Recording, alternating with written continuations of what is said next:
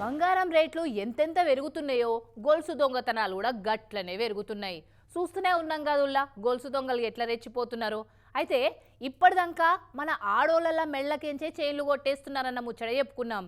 For a change అనుకున్నారో ఏమో మొట్టమొదటిసారి ఒక పంతుల మెడల బంగారు గొలుసును కొట్టేసి కొత్త ఆనవాయితీకి నాంది వలికిర్రు గా కృష్ణా జిల్లాల దొంగలు. గొలుసు దొంగలు ట్రెండ్ మార్చిరుళ్ళు. ఆడోళ్ల మెడల బంగారి గొలుసులే కాదు, మొగోళ్ల మెడల బంగారి గొలుసులున్నా ఇడిచిపెట్టము అనే హింట్ ఇచ్చిర్రు. కృష్ణా జిల్లా మచిలీపట్నం గొడుగుపేట వెంకటేశ్వర స్వామి గుళ్ళె పూజలు చేసే ఈ పెద్ద పంతుల మెడలకెళ్ళి గొలుసును కొట్టేసి ఇక మూతికి మాస్క్ పెట్టుకొని బయటికెళ్ళే మొక్కినట్టు ఎత్తును చూడు. వీడే వచ్చిన ఇద్దరు దొంగలలో ఒకడు.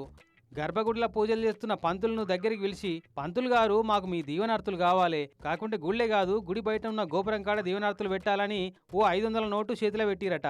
అని నిజమే కావచ్చు అని నమ్మి బయటికి గోపురం కాడికి పోయిండట. ఇక వాళ్ళు కాలు మొక్కినట్టు మొక్కి మీదికి లేచి, అయ్యో పంతులు గారు మీరు ఏమనుకోనంటే ఇంకొక చిన్న కోరిక, అయ్యవార్ల మెడలున్న బంగారాన్ని దాకి మొక్కితే మాకు మంచి కలిసి వస్తుంది, మొదటి నుంచి మాకు ఆ సెంటిమెంట్ ఉంది, ఏమనుకోకుండా మీ మెడల గొలుసు తీసిస్తారా అని అడిగితే, అయ్యో దానికేం భాగ్యం నాయనా అని పుసపుస బంగారు గొలుసు తీసి వాళ్ళ చేతిలో పెట్టినట. ఇంకేంది మెడలకెళ్ళి గుంజుకొని ఉరికే పని లేకుండా పంతులు గారే సగం పని పూర్తి చేసి ఇచ్చిండు. గొలుసును కళ్ళకు అద్దుకొని తుర్రుమని బండెక్కి పారిపోయారట కళ్ళ ముంగట్నే. పాపం ఏవో ఆయిట రమ్మంటే వచ్చి నుంచున్నాను నుంచుంటే వాడు కాళధనం పెడతానని చెప్పేసి వెళ్ళ కొలిసి డబ్బులు తాగిస్తాడు నుంచి తాగిస్తే నువ్వు సీకంట తాగిస్తే వాడు కాదుగా తీసి పొట్లం కట్టి ఉండి 100 రూపాయలకి అతను పొట్లం కట్టి రబ్బర్ బ్యాండ్ వేసి పెట్టినట్టు పెట్టి పారిపోయాడు అంతే.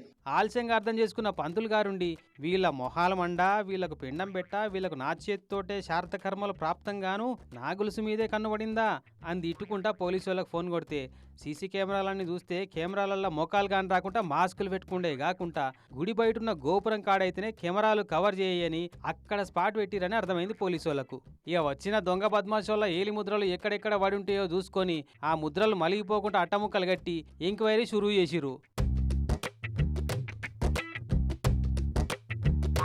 మొత్తానికి గొలుసు దొంగతనాలు మొదలైన ఇన్నేళ్లకు మొగోళ్ల మెడల గొలుసును టార్గెట్ చేసి ఒక కొత్త ట్రెండ్ను మొదలుపెట్టిరి దొంగలు ఎవలోగని. చూసిరు కదా, ఇదివరసంది మెడలల్ల గొలుసులు పుస్తలు తాళ్ళేసుకునే ఆడవులనే కాదు మొగోళ్ళు కూడా పైలంగానే ఉండాలి.